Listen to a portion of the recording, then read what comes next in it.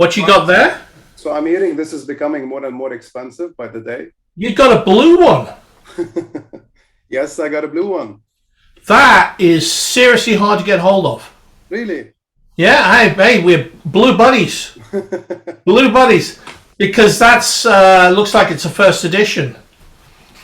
I think it is. I was in the US in 2016 and I ordered it off Amazon. I think it was, at the moment it was cheap. It was around $20 and it's a second-hand copy. They're getting more and more expensive, and I have only ever seen, that's the only other blue one I've ever seen, apart from the one I got from Frank, this was Frank's one originally. Awesome. So, congratulations. Thank you. So, what on earth is provocative therapy, since we're the sole owners of the blue version of this? You want to start with what provocative therapy is, or you want to start with what provocative change works is? Because they're two different things. So let's start with provocative therapy that led into provocative change works. Okay, well, provocative therapy was a system of communication developed by Frank Farrelly. Frank originally trained with Carl Rogers in client-centered therapy. And Frank was doing client-centered therapy in Wisconsin, and he was working with this student, a teenager actually, and he was in his 83rd session. So this was sort of like grinding in the trenches, classical therapy. And Frank finally said, I'll paraphrase, oh my God, is any of this actually of any benefit whatsoever? So he broke strict therapeutic protocols. And for the first time, the student started to respond differently. And Frank thought, there might be something in this. Frank, who grew up with a very large family, was used to them all teasing each other and interacting with each other. So a lot of his conversational way of working, avoiding all the traditional therapeutic normalities, started to develop in what became provocative therapy, which I reminded him was probably the best kept secret on planet Earth. You know, in simple terms, a provocative therapist will challenge the pre-existing ideas of the client rather than attempt to lead the client down a pathway to greater imagined freedom. So in classic NLP and classic therapy and coaching, you would normally start with, okay, so what's the problem? And from that point, you'd set up like a grid where you're taking the person to, what stops them, what resources they need to get there, all very civilized and perfectly acceptable, and a traditional way of working. In provocative therapy, we work fundamentally differently. So we start off with, okay, so what's the problem? And then the therapist will encourage the client to do more of what is creating the problem. So the client comes back and starts to say, yes, but it's causing me difficulties with X, Y, Z. Then the therapist would continue to insist it's not necessarily a bad thing, etc., etc., etc. So it gets the client to start to challenge their pre-existing ideas. These are the stances that you created, because I cut off for a second because of my connection. These are the stances that you created from what you observed in Frank's work. Yeah, the stances came from what I observed with Frank, but also when I started to develop Provocative Change Works, I added in a bunch of other things as well. So we took the core of provocative therapy, and then we just added in a boatload of other stuff. And that model is still being developed and still being evolved all around the world. In fact, as you know, in the monthly groups that we do, we've got up to 9 different countries all sitting in at the same time live, and then other countries outside of that also participating in learning the different models. So the PCW model is an expansion of what Frank originally taught. And when I met Frank in 2014, I'd already done loads and loads, probably way too much NLP and hypnosis.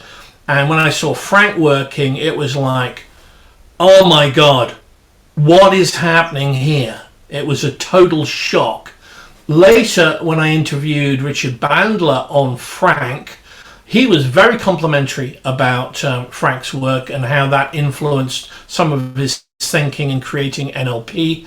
And I also interviewed Frank on Bandler and Grinder. So we went both ways and talked about their observations of the co-creators of NLP. He used to call them the dauntless duo, right? Sorry? He used to call them the dauntless duo, I guess. I find. Well, Frank was very, anybody who knew Frank knew that he was very straight talking. It did not matter whether you were a highly esteemed therapist or whatever. He would just call it as as he saw it. So he was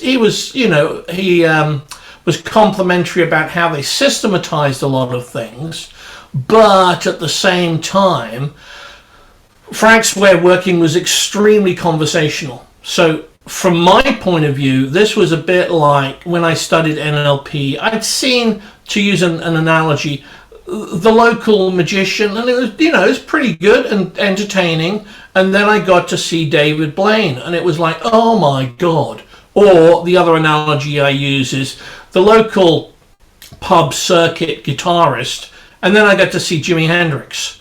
It was just a whole different level of sophistication, and it rocked my world literally, and nothing was ever the same again after that point. Also, at the same time, I know, because we have a friend in common, the illustrious Andy T. Austin. That was the first time I met Andy at the first workshop in 2014. We kind of circled each other online for a number of years, but we met for the first time at that point. And the first exercise I ever did, Andy was the client and I was a practitioner. And I was doing this very clunky exercise of encouraging him to do more of the same behavior. Is that on video by any chance? Because that would be historical. It's not. Sadly, it's not on video, but it is burned in my memory as being highly entertaining and highly amusing. But both Andy and I had studied quite a lot of things in a parallel way, and we both were sort of like, whoa, what is going on here? This was nothing like either of us had come across previously. And Andy's extremely well read. So that started to trigger the creation of what became PCW, or as I mischievously like to call it, Provocative Change Works. For those hypnotherapists out there, note, embedded suggestion. And basically never looked back. Were there any other names before you chose Provocative Change Works? No. I just thought it's just great. Every time somebody says Provocative Change Works, I go, yes, it does. So no, there was, I wanted to have something that carried the spirit of what Frank was doing, but it also was fundamentally different in that in PCW, we will call it PCW because it's a lot easier for editing purposes. Saves us of time. Yeah. I included a lot of hypnosis work, a lot of metaphorical explorations, and expanded a lot of what Frank was doing. So there were many more different levels to it. But crucially, my interest has always been in, let's see the evidence. Frank used to say, show me the evidence. So you can have all these theories in the world and different modalities and approaches and, the 10 secrets of the secret, whatever. But at the end of the day, let's see what happens in real life. Let's see some demonstrations of this. So PCW has always been based around, show me the evidence. Let's see how this works in either therapy, coaching, business, personal development context. Let's see some evaluation of it. What's one of the memorable sessions you've seen Frank doing, like the one that for you was like the change maker? And I want to dig deeper into this kind of work and developing PCW eventually. Okay, I think the first session that I ever saw him do, he was working with this woman called Caroline, and she was talking about being more successful in life, and was quoting typically self-esteem and being able to sort of progress in life. And Frank basically adopted an entirely digital view of this, and he said, "Well, in life there's winners and losers." And Caroline was like, "Well, yeah, but the losers can eventually become winners." And Frank was, "Not really." and the whole audience that was watching Frank, which was split equally between NLPers, fairly established NLPers, and ardent feminist social workers. So it was this kind of strange, weird kind of audience. And, there was a sort of, even with the NLPers, there was, the usual stereotypical, everybody has the resources within to succeed and attain to excellence. Lovely idea, not based in reality, of course. And the more he started to talk about this, the more she would say, "Well, yes, but, with the right help." And Frank would say, "Look, the winners don't want to be around the losers. There's benefits. It's not all bad news, because they look at the losers and think, even on my worst day, at least, well, I'm not one of them." Now, this is more than a little bit unconventional, I have to say. And to start with, my sort of NLP brain was going, what is going on here? So, okay, Q, meta model processing, no, nothing happening on that front. Milton model, no. I'd go through all the different things I learned classically through NLP, because I was also training people to be practitioners and master practitioners at that time. I considered I was fairly astute, but it was a bit like going down to sort of like gunfight at the OK Corral. Suddenly Wyatt Earp turns up and that's it, it's game over. And it took me 4 days properly to really get even the remotest idea of what Frank was doing, because he didn't really explain a great deal.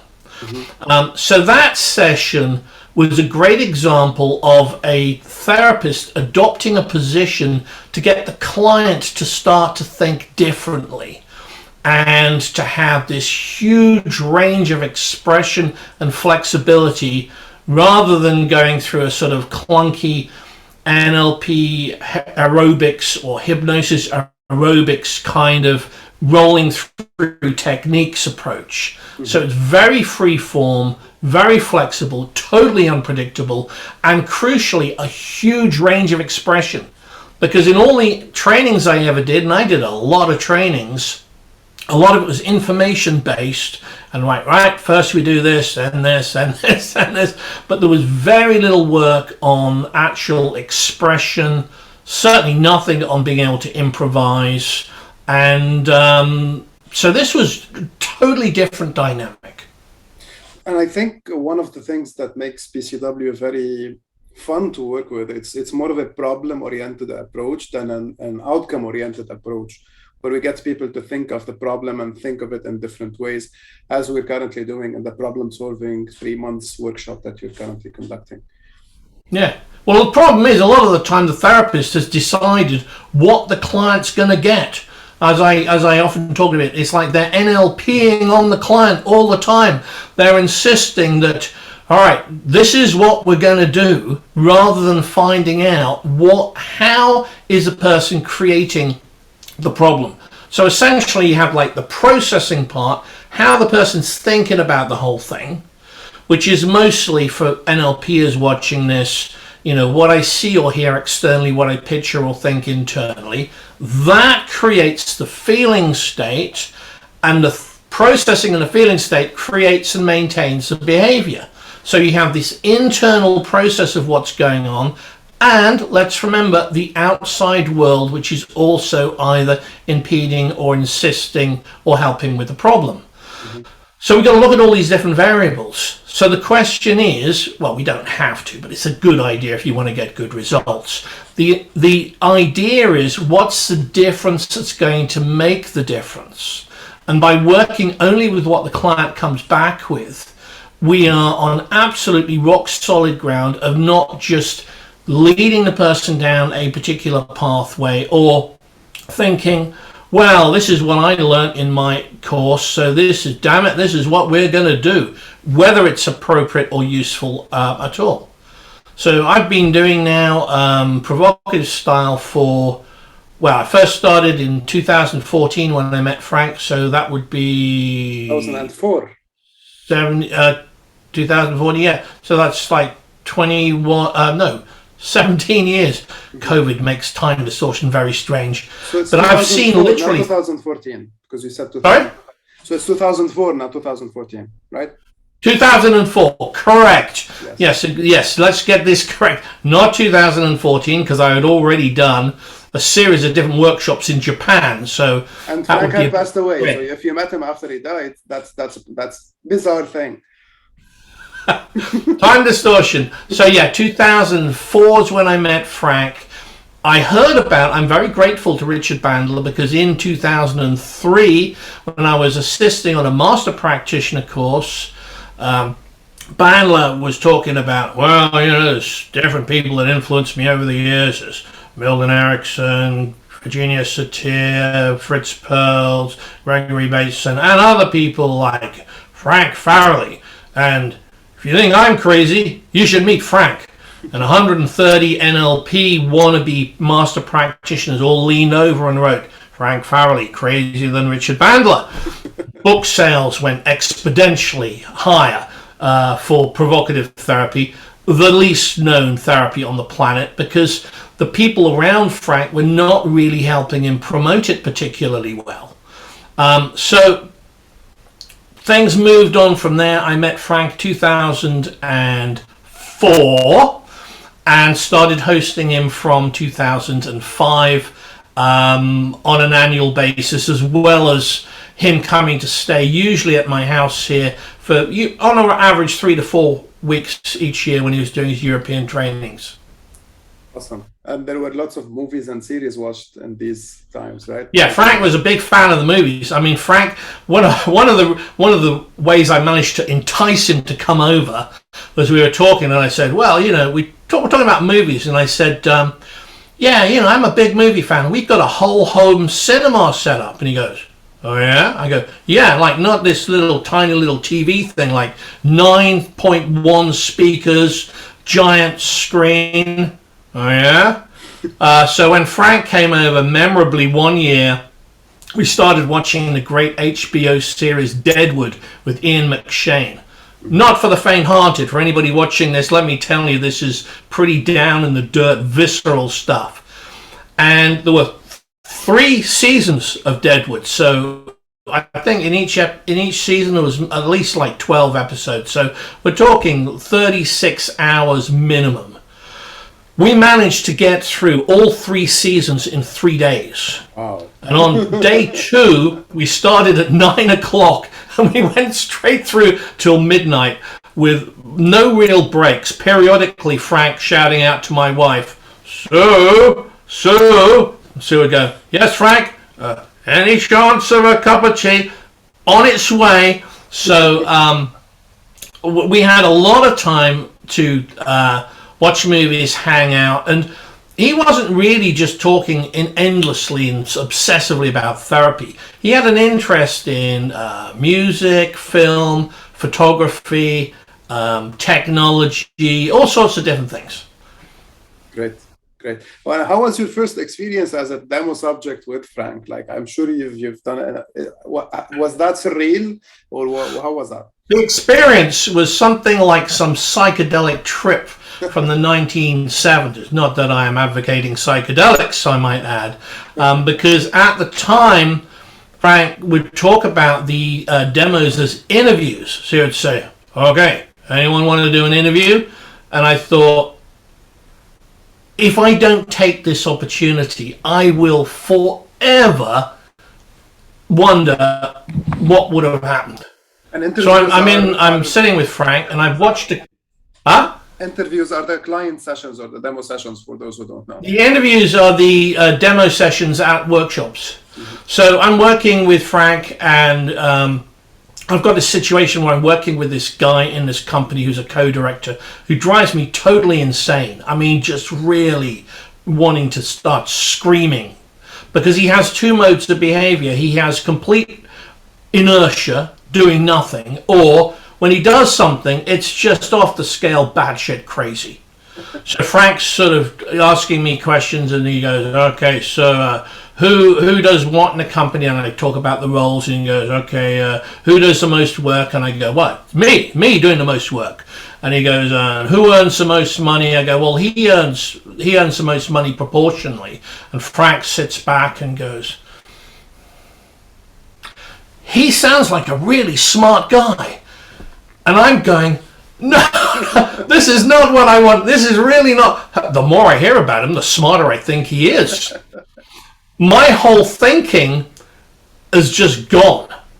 And I remember at the time going from having this absolute,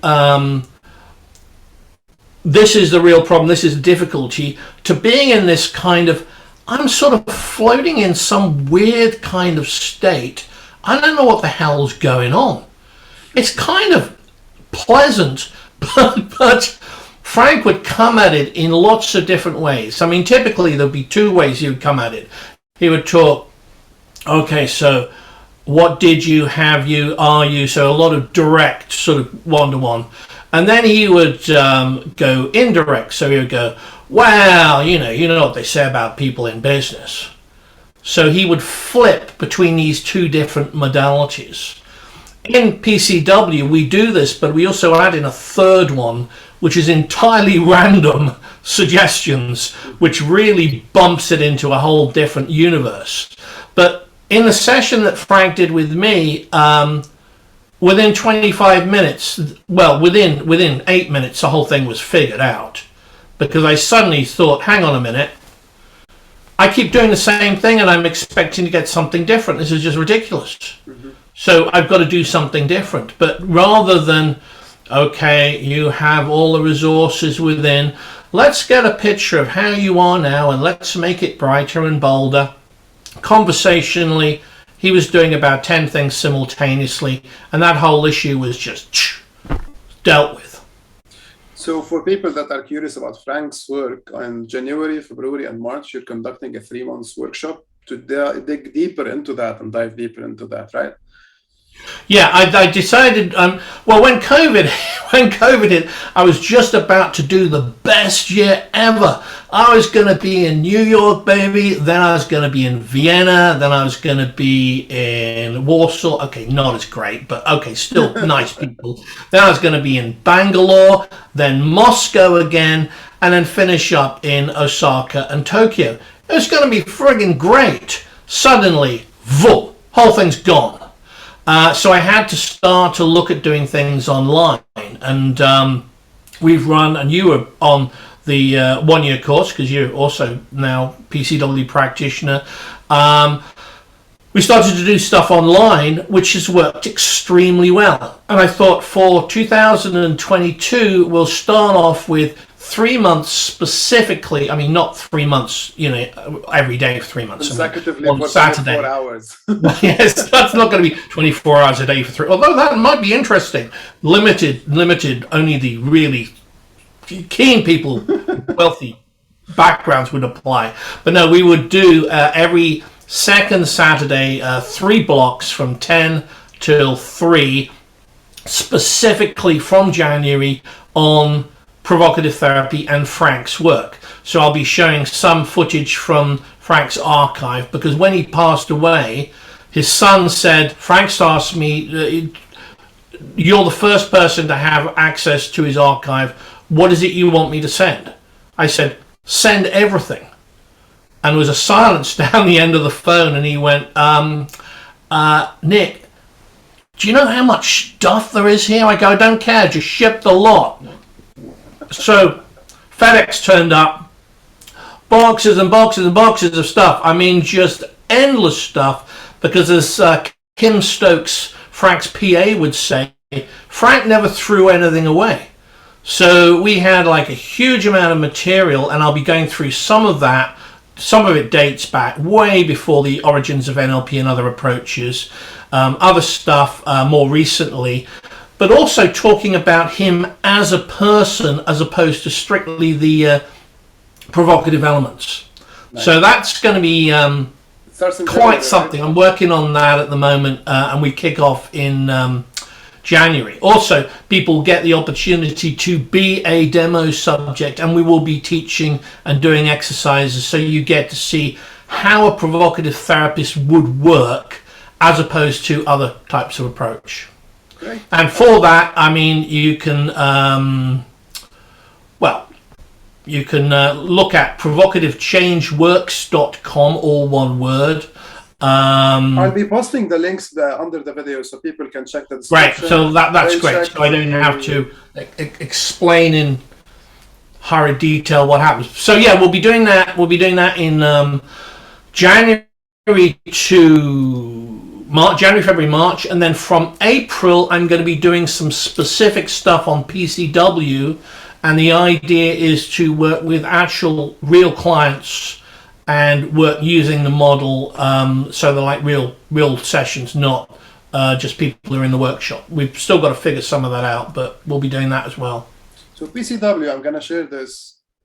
What's this whole thing all about? These pictures, these stances, people see them. These were developed from what you observed over the years from your history in personal development and observing the things that you saw Frank doing. So these came out. I am thinking these were not the only ones. There were more, and you decreased them. So what are the stances about, and how do they play a role inside Provocative Change Works? Right. Well, we'll do a quick skip through because essentially all these different stances are stances that the practitioner will take to get the client to think differently. So let's start with some simple ones like louder. You know, louder, most people will understand the concept of louder and quieter. That, in terms of auditory communication, will make a big difference. You might think, okay, what's the big deal about that? But if you watch most approaches, they never do anything about vocal range in that respect. It's very monotone. Then we have things like, sorry? It's very monotone in other approaches. Yeah, it's often very monotone, and you know, okay, the client may drift into a state of terminal boredom and then eventually want to do something just to stop the session, but the dynamic connection makes a big difference. First rule of communication is get attention of the client. If you don't get the client's attention, then you're not going to really be able to do a great deal. So when I talk to people and they ask me about, you know, studying the PCW model, one of the things I encourage them to look at are looking at stand-up comedians, because their job is to engage with audience and shift audience attention. We have in here details, and go universal. So those two stances in NLP terms would be like chunking down or chunking up. We have references to time we've talked about. Interrupt the client, which is also very good to get them out of the be in a jar type thinking on occasions. And there are others there like tell a story, where we can go into talking about things which could be parallel to the client's situation, or to just take them off into a different direction. And we have, and then a little bit more unusually, things like blame and don't blame. You know, so don't blame would be, well, it's not your fault, and then you would give all the reasons why it would be something else to blame for the client's situation. What that does is it removes any responsibility from the person. So it's almost like it creates a total vacuum where they go, but no, if you were born in a different place at a different time, and you're a different star sign, and you didn't wear glasses and you didn't have the beard, it'd be totally different. So we give all reasons why it's not the person's fault. Then the opposite is, it is your fault. You know, these bespectacled, beardy, glasses guys, I mean, look, half of them are hidden to start with, so you can tell they're not honest. You know, it's like they're almost wearing like a balaclava. I mean, you can't trust people like that. But on the other hand, well, you know, you do the best that you can do, and we go back to it's not your fault. Shifting. So these different stances challenge the pre-existing thinking of the client. In NLP terms, we're doing a multi-level, super fast submodality shift or compulsion blowout, or however you want to talk about it. We're shaking up the problem state to create something entirely different. All right. Great. So who can learn PCW, and what makes it like useful? And you said in context like business and problem solving. So, well, who can learn it? Well, anybody can learn it if they have an interest in exploration and improving their own individual communication. I don't categorize specifically into therapy, communication, personal change, business, because it's all essentially the same thing. My background was in business before I did any kind of personal development in terms of NLP or provocative therapy. So it's always about how do you create something different to the pre-existing situation. And that is always, okay, what's the difference that's going to make the difference? Or if we want to go like a little bit deeper into this, what's the nature of the problem to start with? So, for example, let's take anxiety.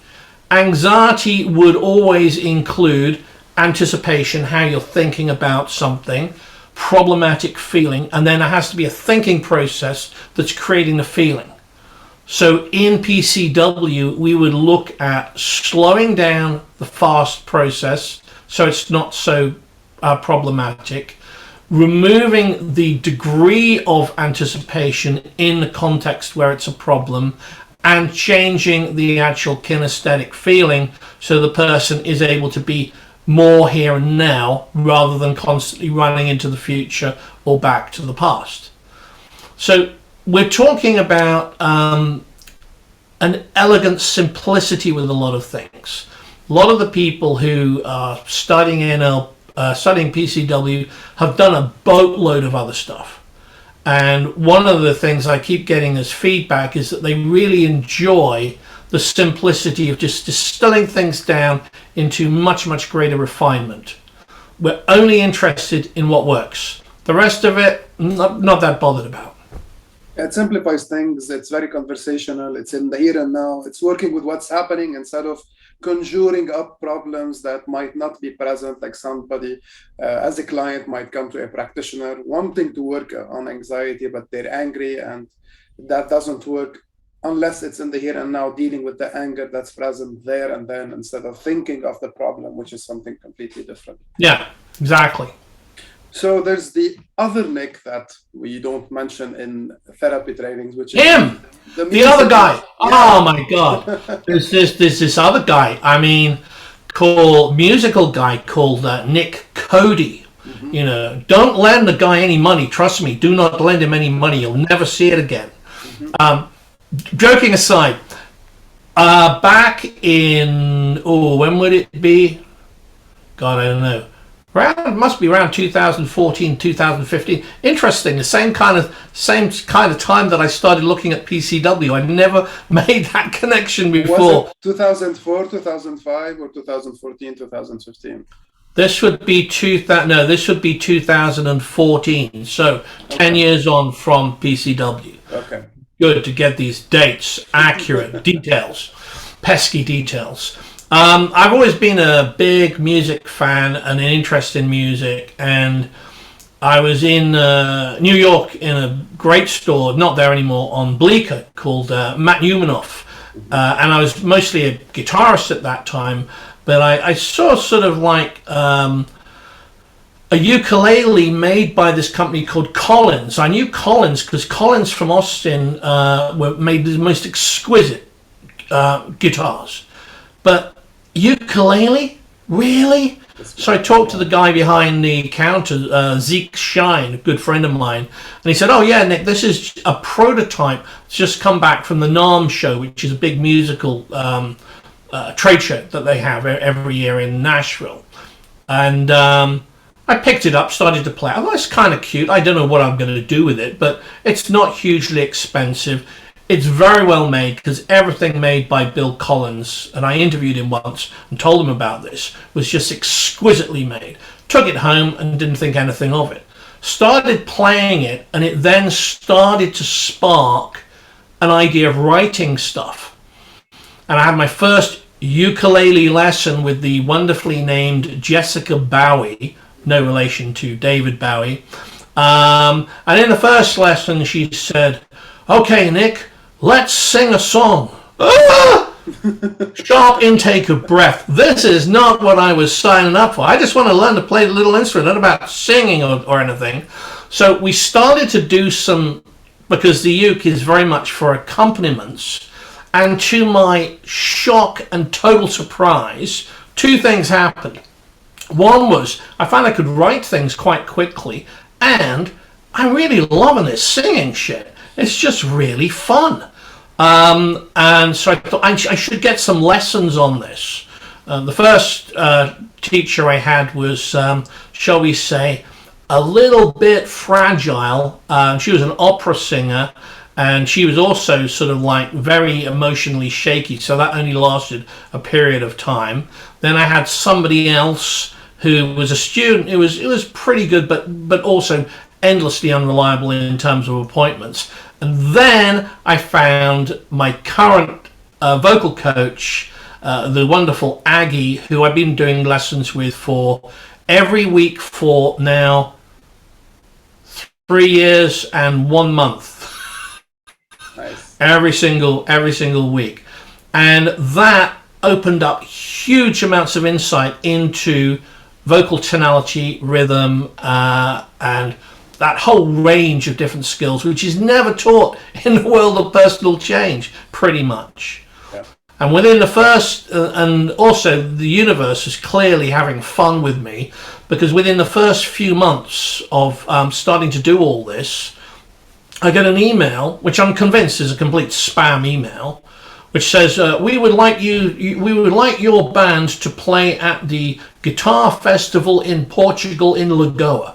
Yeah, sure. You know, I've never played anything live in my entire life, and my percussionist said, you know, we're rehearsing for the first album. This was the first album that we did. That was followed by second one, and then eventually a third one with a different band.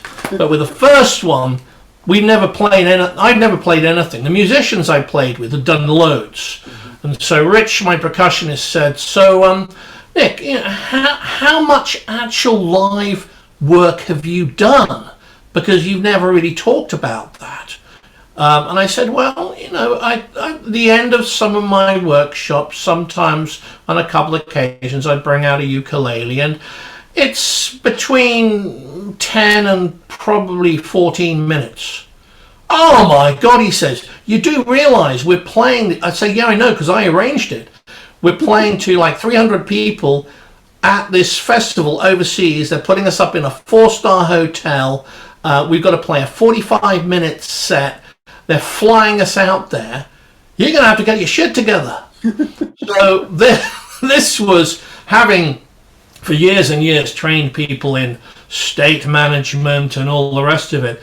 Let me tell you, singing 45 minutes worth of original material, having had only 3 live appearances in your entire life, on stage with 3 other musicians, is a very challenging experience. Mm-hmm. You'll find if you go to YouTube, Nick Cody, look for me, Nick, or if you go to nickcody.co.uk, or you put in Nick Cody and Lagoa Guitar Festival, you'll see me playing everything 30% too quick through pure adrenaline. It's like the Ramones. I'll share it in the description too, so people can see that.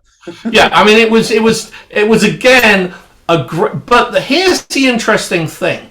I've actually now I invited Aggie, my singing teacher, to come and do a slot on one of my workshops in Birmingham, because voice is hugely effective. Think about it for a minute. All you NLP and other folks out there who thumb through endless manuals, the medium that we're communicating through is mostly vocal. You know, unless you're doing a mime workshop, it's mostly through voice. So how you sound, rhythm, tonality, all these elements and expression make a huge difference.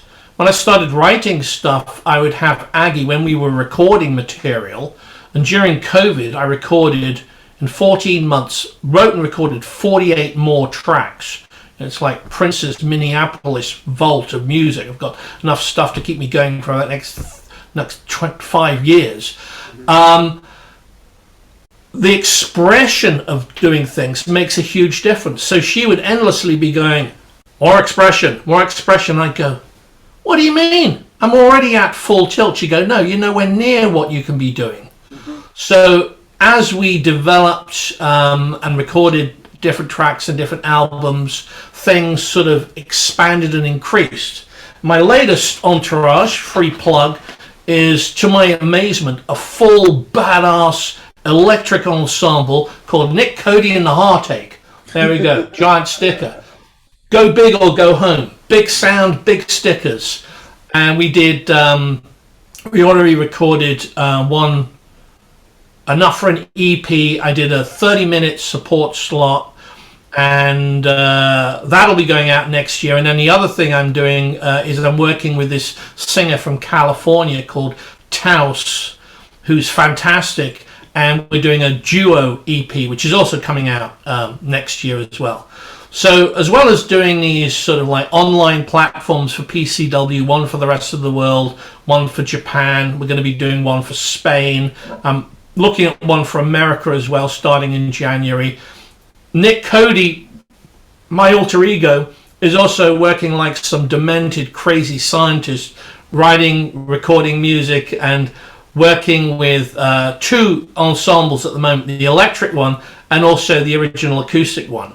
So, great way to expand your awareness and to go way outside your comfort zone. So is it like similar challenges in both fields, or do things go from one place to another? Or what's the benefit in exploring the artistic side of oneself? Well, it's huge. It's completely surprised me in a way I would never have thought possible.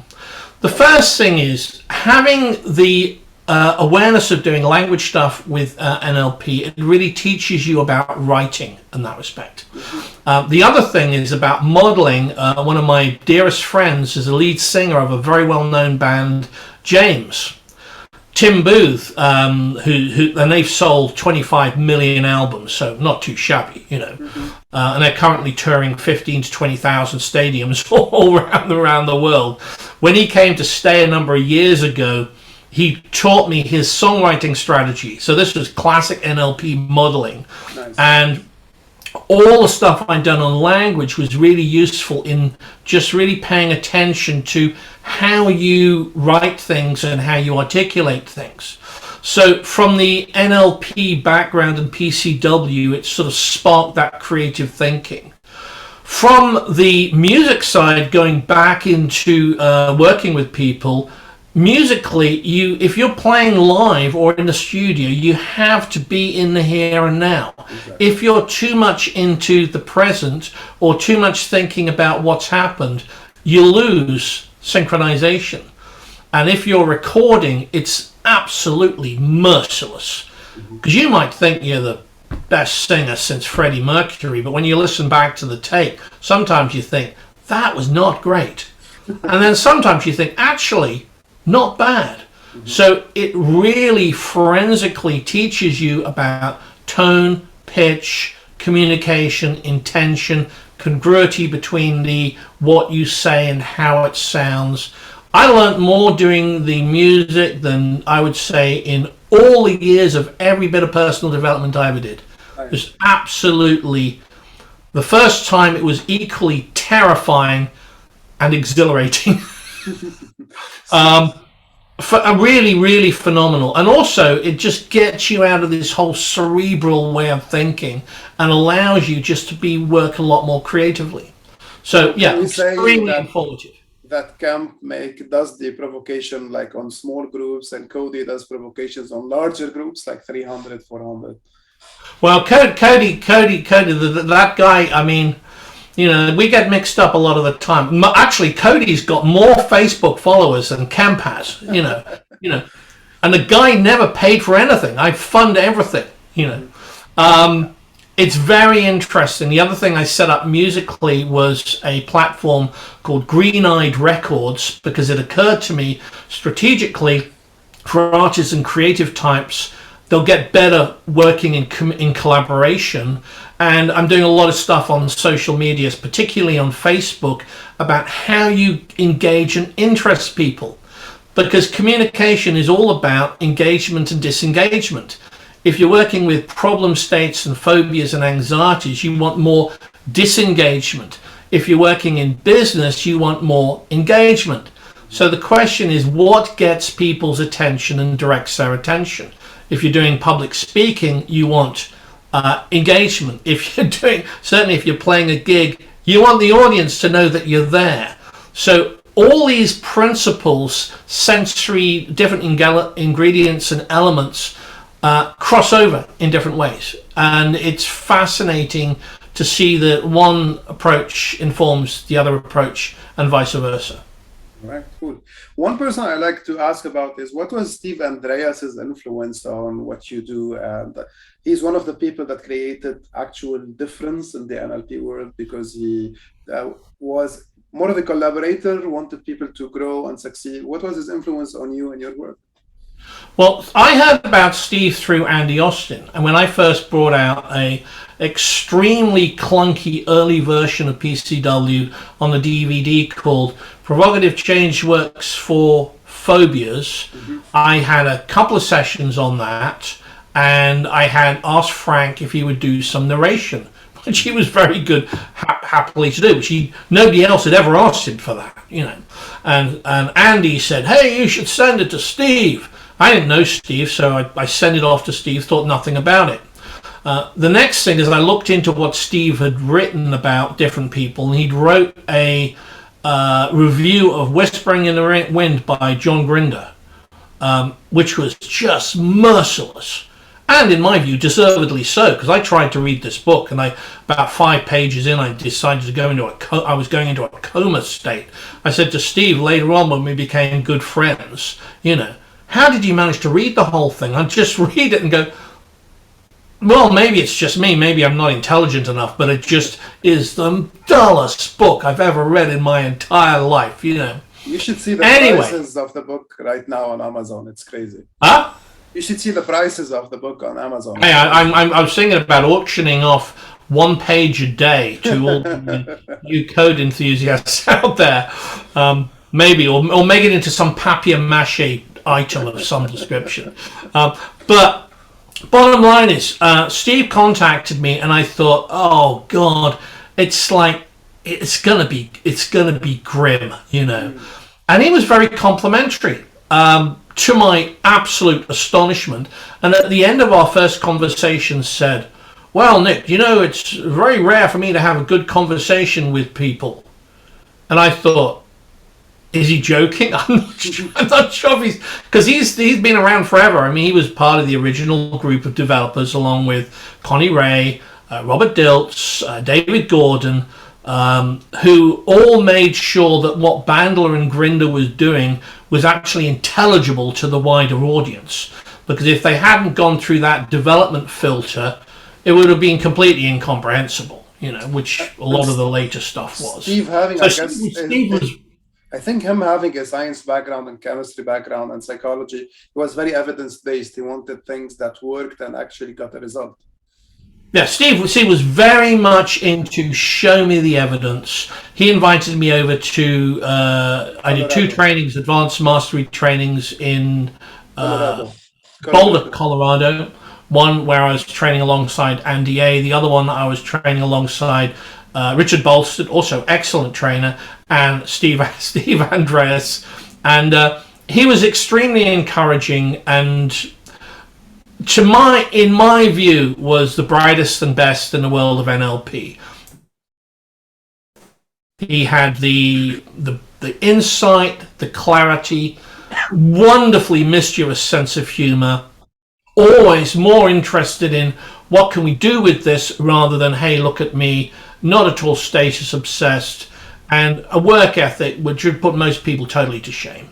Phenomenal trainer, hugely encouraging. When I first went over, in fact, before I went to IASH, to Steve's place, he invited me to the Robert Dilts IASH conference, and to my amazement, my workshop was totally full. I thought, what the hell's going on here? Because I'm a new guy from England, nobody knows me for shit. And the whole who's who of NLP were there. And afterwards I found, yes, Steve said, you got to see this guy from England.